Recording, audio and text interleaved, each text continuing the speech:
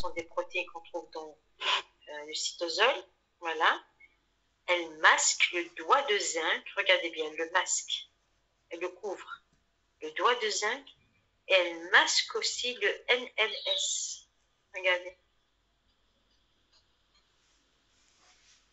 Donc la protéine, donc ici, chaperonne, donne une conformation au récepteur qui lui permet de se rapprocher, de s'associer au ligand, formation d'un coude. C'est comme si, regardez, elle facilite, s'il y a un ligand quelque part, elle va faciliter sa fixation sur les récepteurs. Attention, ici, le récepteur, il n'est pas couvert. Hein.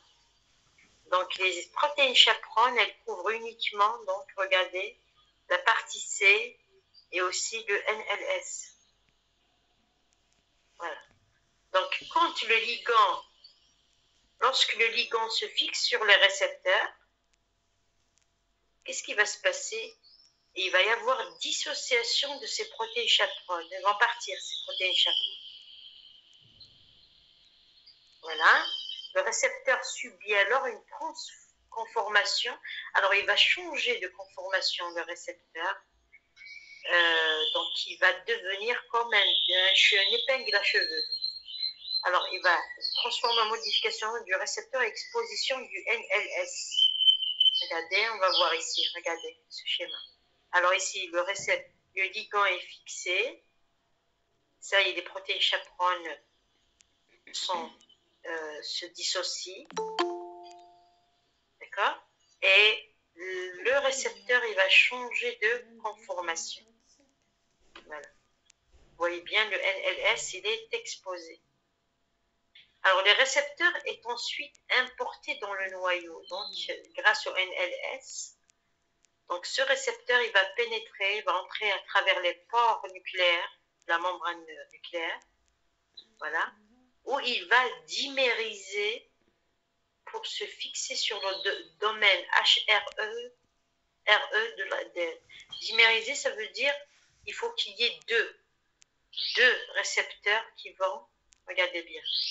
Alors ici, voilà, il entre dans le pore et cette région HRE, c'est-à-dire de l'ADN, regardez bien, il faut qu'il y ait deux qui vont se fixer, deux récepteurs, deux doigts de zinc, de deux récepteurs. Et là, vous allez avoir donc une transcription des gènes qui va coder, donc regardez, voilà, on va avoir ARN messager. Une transcription, activation d'une transcription de gènes.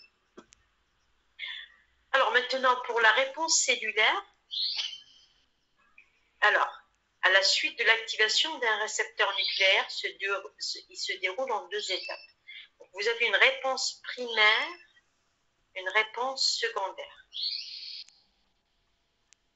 Réponse primaire, la réponse secondaire. Alors, la réponse primaire, c'est quoi? Alors, secondaire à la transcription de l'ADN en ARN qui va dans le cytosol pour permettre la synthèse des protéines. Ici, il va y avoir tout simplement, donc regardez bien, transcription des gènes et donc l'ARN messager, il va aller dans le cytosol, il va coder pour des protéines. Donc ça, c'est la réponse primaire.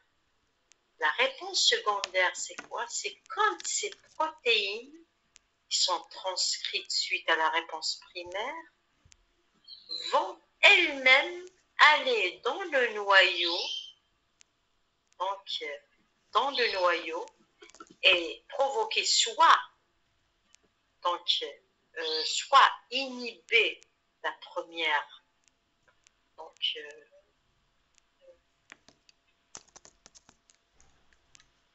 inhiber la première, c'est-à-dire libération, enfin production, soit stimuler, regardez bien, la transcription d'autres gènes qui codent pour d'autres protéines différentes. Alors, ces protéines différentes qui sont libérées, suite, alors, celle en orange, vous voyez bien. En orange, vous voyez, c'est une protéine de la réponse primaire. En rouge, c'est une protéine de la réponse secondaire. Donc, pardon. Ici, généralement, pour la réponse primaire. Donc, c'est simple. Donc, il y a transcription de gènes, production d'ARN, transcription d'ARN messager, il y a traduction et en protéines primaires. Ces protéines primaires, ils peuvent faire ce qu'on appelle donc, aller vers le même gène, donc inhiber. Donc ça, c'est un rétrocontrôle négatif. Mais certaines protéines de la réponse primaire, regardez bien, peuvent aller dans le noyau sur l'ADN et stimuler donc la transcription de gènes qui codent pour d'autres protéines. D'autres protéines qui sont totalement différentes. Ouais. Réponse, donc ces protéines, ce qu'on appelle la réponse secondaire. Par exemple, on a des exemples. Alors, quel exemple on peut donner? Alors, les hormones thyroïdiennes, mais il faut que ce soit une deuxième. Alors, les hormones thyroïdiennes, par exemple, si elles agissent, elles peuvent induire des protéines qui peuvent stimuler, par exemple. Alors là, il faut que est-ce que c'est directement? Est-ce que c'est via une protéine? Pourquoi? Parce que, en fait, les hormones thyroïdiennes, elles ont un effet sur la transcription des gènes qui codent pour les récepteurs à la noradrénaline. Par exemple, les gens qui souffrent d'hyperthyroïdie, ils ont une tachycardie. Pourquoi? Parce que leur cœur exprime beaucoup de récepteurs à la noradrénaline, donc ils vont avoir une tachycardie, même si leur système nerveux sympathique fonctionne normalement. Pourquoi ils ont une tachycardie? Parce qu'ils expriment beaucoup de récepteurs à la noradrénaline.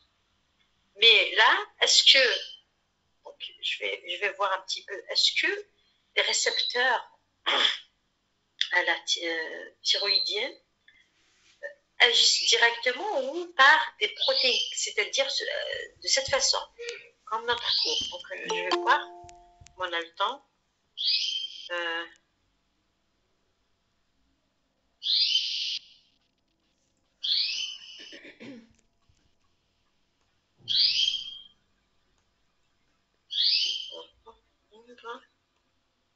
Les récepteurs adrénergiques. Comment? On va voir ce que. Alors,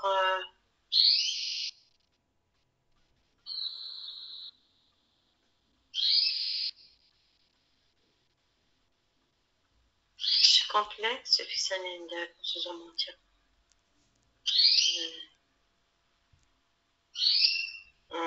Non, directement, donc sans ça, c'est directement. Alors, le complexe T3 récepteur thyroïdien se fixe sur des éléments de réponse aux hormones thyroïdiennes, TRE, dont le promoteur des gènes codant pour les récepteurs adrénergiques, augmenter ainsi leur expression. Donc, c'est sans. Voilà. Bon. Pour l'instant, je vais chercher après un exemple. D'accord? Alors, j'espère que c'est clair ici. Hein. Pour les protéines, attendez, j'ai un schéma ici. Attendez, je vais vous montrer un meilleur schéma. Voilà.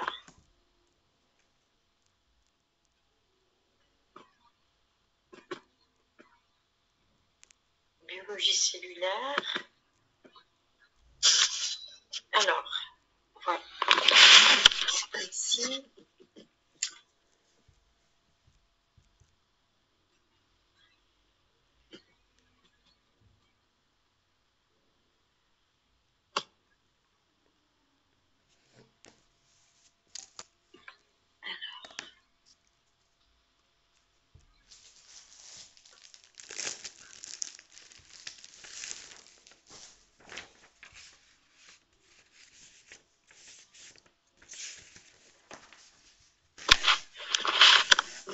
Protéine G.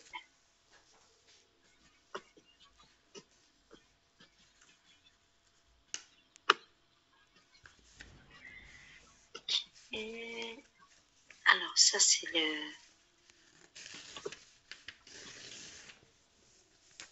récepteur enzyme.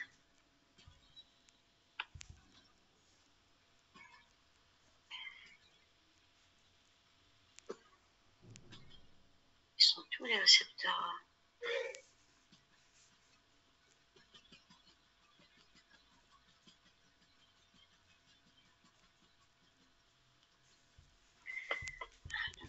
Oui.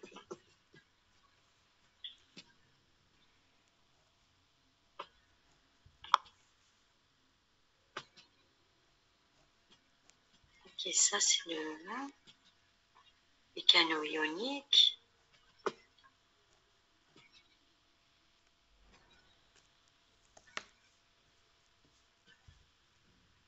Je pense qu'il est avant. Voilà. Voilà le schéma que je voulais vous montrer. Alors, regardez bien. Alors, les récepteurs nucléaires, l'hormone, donc, vous avez l'activation de... Donc, ils vont activer des gènes. Regardez, la transcription des gènes.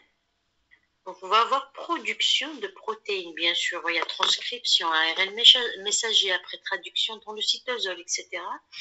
On va avoir des protéines de la réponse primaire. Alors, les protéines de la réponse primaire, ils vont certainement inhiber leurs propres gènes. Donc ici, c'est une régulation à rétrocontrôle négatif.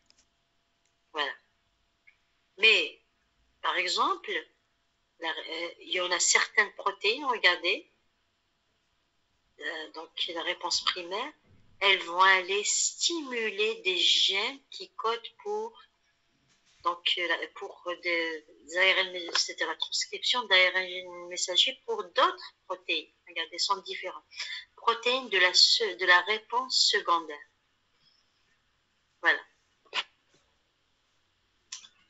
Donc ici, voilà la même chose, comme on l'a dit, regardez, les protéines chaperones, elles masquent, donc si elles masquent le C et le NLS, une fois l'hormone se lie à son récepteur, il y a donc ces protéines chaperones vont quitter et ce récepteur change de conformation et entre dans le pore grâce à NLS et il y a dimérisation, donc le doigt de zinc, regardez bien sur la partie sur la HRE de l'ADN, il doit y avoir 2 pour la transcription des gènes, donc régulation de l'expression des gènes cibles.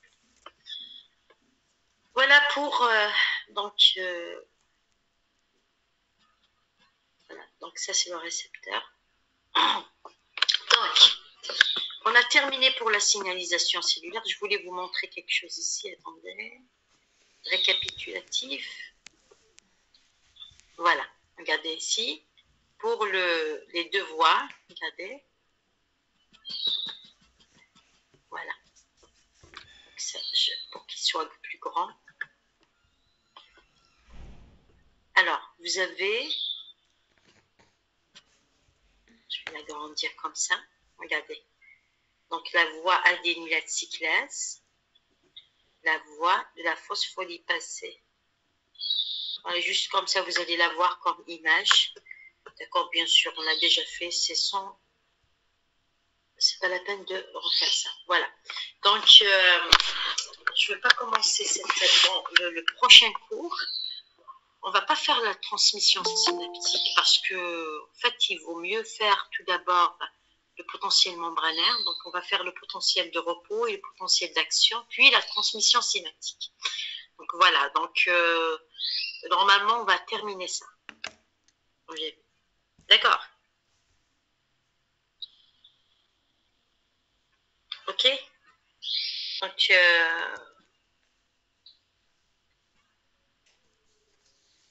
c'est bon. Alors, je vous souhaite une bonne soirée. J'espère que c'est bon. Vous avez enregistré.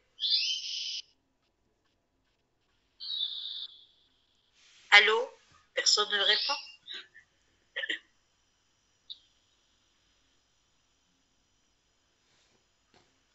Oui, madame, on a fait un enregistrement, oui. Très bien. Merci. Donc, bonne soirée, à la prochaine fois. Merci, bye bye.